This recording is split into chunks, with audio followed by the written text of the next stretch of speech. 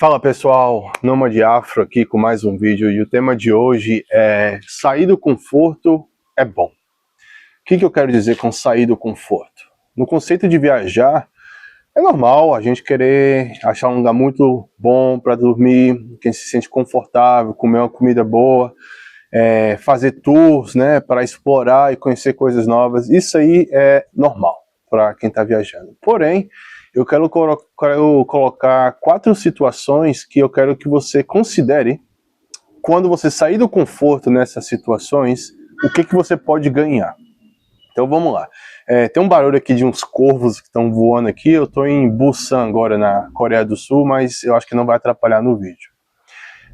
A primeira coisa que eu quero falar é sobre hospedagem, né? E se você vai pegar um Airbnb, ou vai pegar um hotel, ou um hostel, quais são as formas que você gosta de ficar em uma hospedagem quando você está viajando? Eu percebi que tem uma galera que sempre gosta de colocar o game um pouco mais acima, pegar um hotel bem bacana, um hotel que vai ser um pouco mais caro que um Airbnb, ou então um hostel, e acho tranquilo, mas uma coisa que eu reparei é que quando você fica num lugar que tem tendência que é mais caro, acaba acontecendo um pouco de isolamento, né? Pelo menos na minha experiência, nas vezes que eu fiquei em hotéis, foi bem mais difícil conhecer outros viajantes e locais que também estavam naquele mesmo lugar. O único lugar que era possível conversar com alguém era mais no café da manhã, mas mesmo no café da manhã, algumas vezes, muitas vezes por sinal, não rolava. Assim, começava a conversa, dava um bom dia, o pessoal um pouco mais reservado. Foi uma coisa que aconteceu muito comigo em vários hotéis, né? E um dia você quiser mudar um pouco o estilo de hospedagem que você faz, sair um pouco do conforto e pegar um hostel, porque o hostel ele é menos confortável, porque você vai estar dividindo um quarto com outras pessoas. Então, imagine você sair de um quarto privado, que é só seu, tem o seu banheiro lá para você, mas aí agora você vai estar dividindo um quarto com até 10, eu já vi hostels que tem até 50 camas, 25 beliches, então são 50 pessoas, desculpa, dividindo o mesmo espaço, não é confortável, às vezes para dormir é complicado. Se você é como eu, que tem um sono leve, é difícil, porque sempre tem uma pessoa que ronca.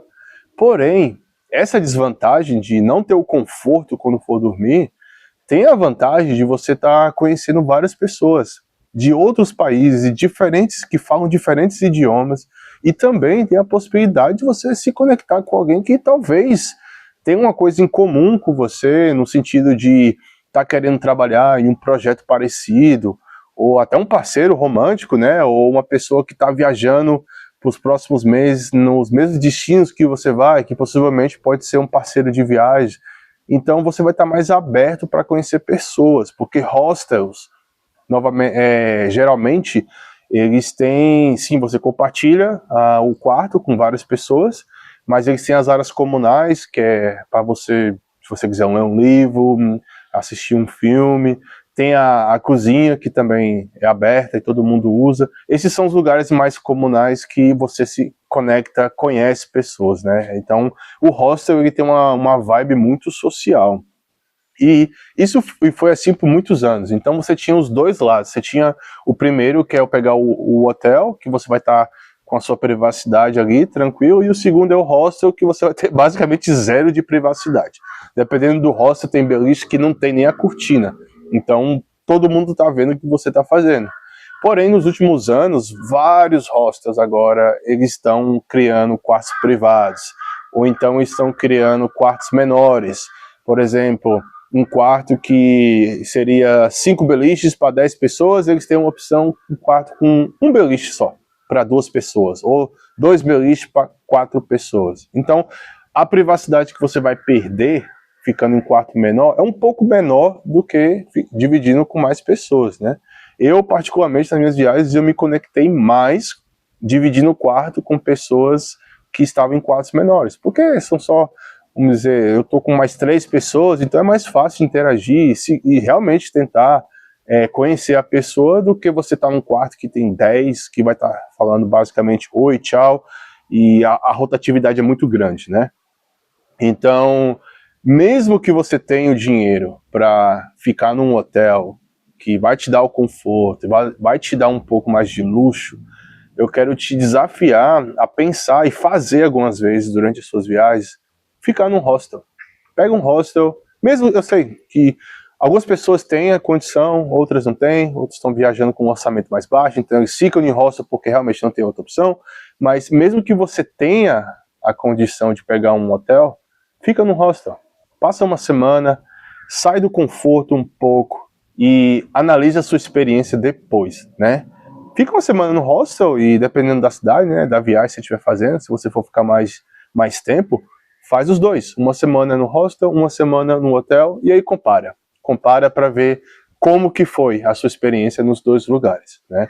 Eu, particularmente, eu tive experiências muito fantásticas ficando em hostel, comparando com hotéis, né? Justamente pela facilidade de conhecer pessoas, pela facilidade de fazer coisas, porque às vezes você nem tá... Eu nem pesquisei, eu nem procurei o que fazer naquela cidade, mas outra pessoa fez essa pesquisa, chega lá na cozinha, na área comunal e fala, galera, tem um tour aí, amanhã vai ser assim, assim, assado, hoje à noite tem essa festa aqui, alguém quer ir? Então, outra pessoa já fez a pesquisa para você, você só junta com um grupo e vai. Então, é bem mais espontâneo, bem mais flexível. O segundo ponto que eu quero falar é a questão da comida, porque eu também já vi pessoas que quando viajam eles têm uma tendência a comer em restaurantes que eles já conhecem, eles têm um pouco de resiliência, né, para experimentar uma coisa nova. Acredite, tem gente que tem que ter essa mentalidade, não parece absurdo, mas não é.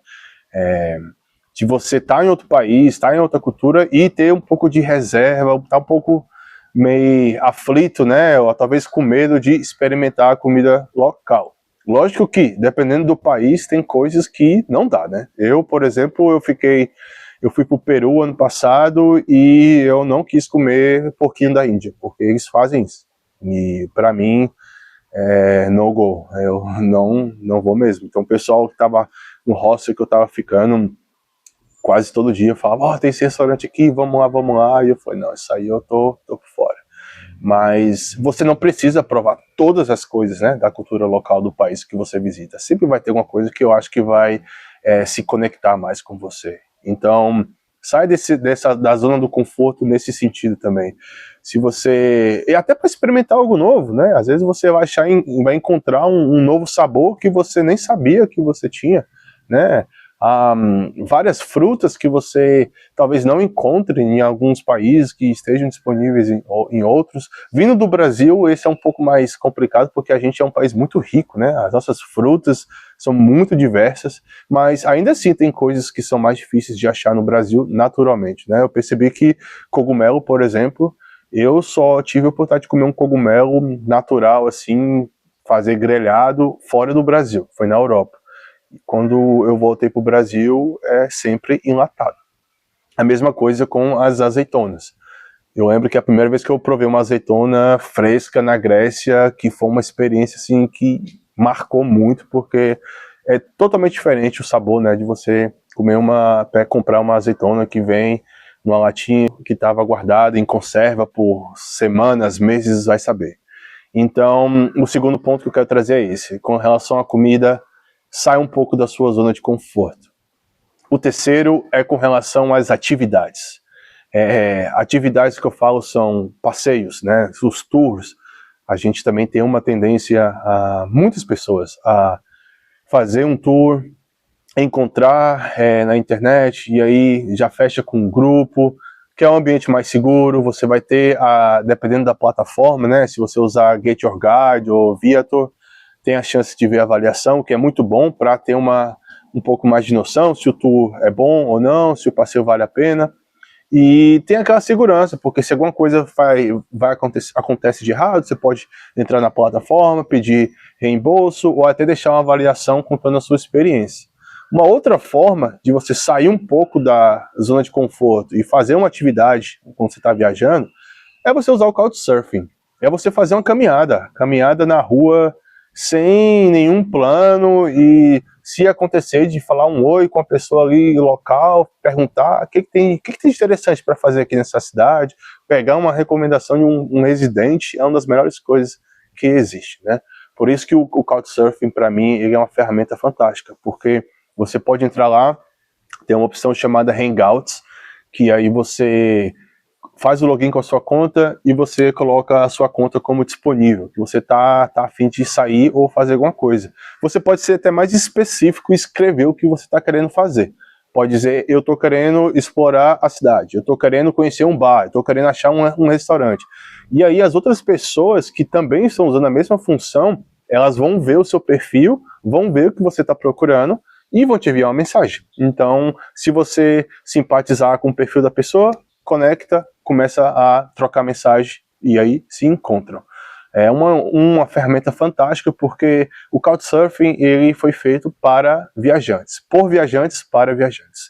E é muita gente que mora na cidade, que está a fim de conhecer estrangeiros e que está a fim de talvez de praticar um inglês, usa muito essa ferramenta. Então é uma situação que os dois lados saem ganhando. Você, porque você vai ter um local para estar te mostrando o que tem na cidade, e a pessoa que está te mostrando, porque além de te conhecer, uma pessoa de outra cultura, se for o caso que essa pessoa queira praticar a língua, né, o inglês, o português, o espanhol, você vai estar conversando com ela nessa língua e ela também vai estar ganhando nisso. Então, esse é um ponto que eu acho muito interessante. Bom, o quarto ponto é sobre idiomas. Eu fiquei aqui, demorou uns 20 segundos para lembrar, por isso que eu tive que pausar o vídeo. O que é sair do conforto com relação a idiomas? Porque se você já se deparou numa situação que você está com uma pessoa que você quer conversar, quer conhecer, mas não tem aquela afinidade com o idioma que você ou ela falam para ter uma comunicação, é uma situação bem chata. Para quem passou por isso sabe. Vamos dizer que você não sabe inglês e aí você está de frente para uma pessoa que não sabe português, mas sabe inglês, e aí essa pessoa só consegue falar inglês e você só consegue falar português, e como é que essa comunicação vai fluir? Mas se você for uma pessoa, ou o outro lado também, estiver interessado em aprender a língua, uma das línguas que pode acontecer nessa comunicação, né, nesse caso o inglês ou o português, não existe problema nenhum em sair da zona de conforto e sair jogando palavra. Se você fez um cursinho básico de inglês, você sabe algumas coisas, mas se não se sente seguro de ter uma conversa bem profunda, fala o que você sabe. Usa a mão, usa Google Translate. Hoje em dia tem tanta ferramenta, Google Translate, ChatGPT, que dá para ajudar a você se comunicar. Então, assim, eu, por exemplo, estou aqui na Coreia do Sul agora e a minha comunicação em coreano é bem básica, porque eu só aprendi o básico mesmo. Oi, tchau, bom dia, boa tarde.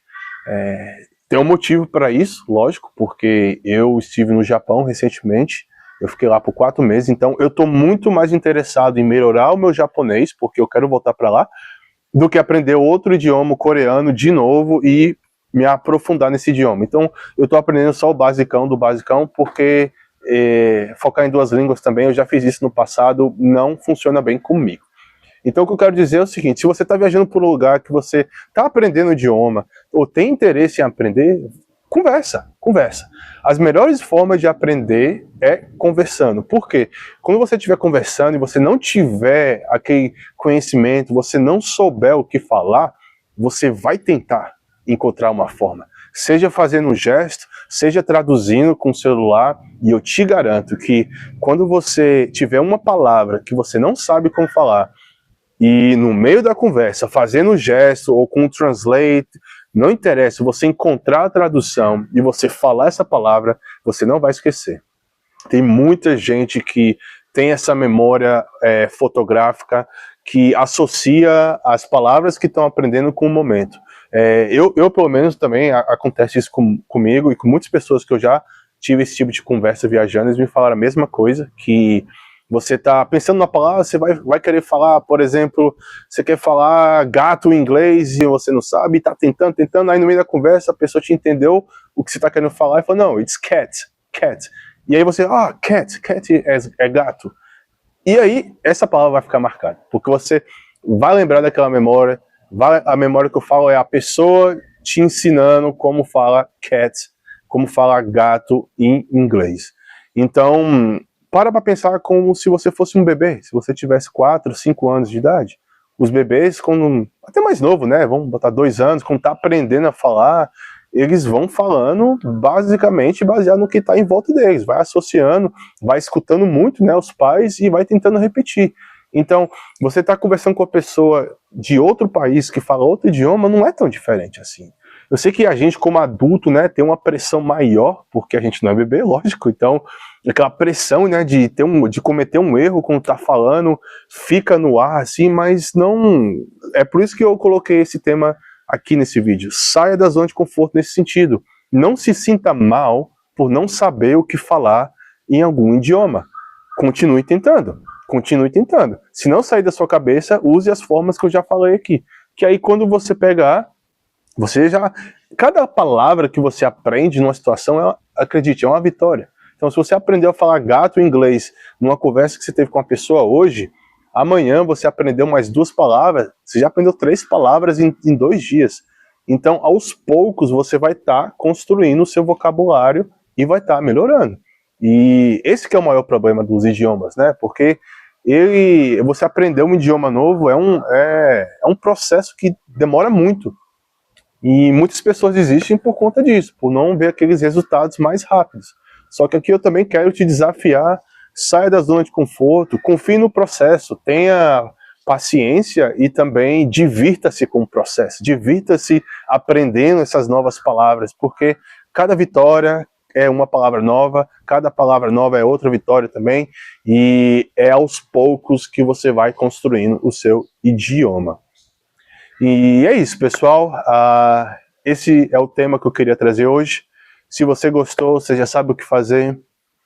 Tem um vídeo, eu botei o link na descrição explicando sobre esse canal, porque esse canal é novo. Se você quiser saber quem sou eu e por que eu estou fazendo esses vídeos, o link vai estar aqui na descrição. Vejo vocês na próxima.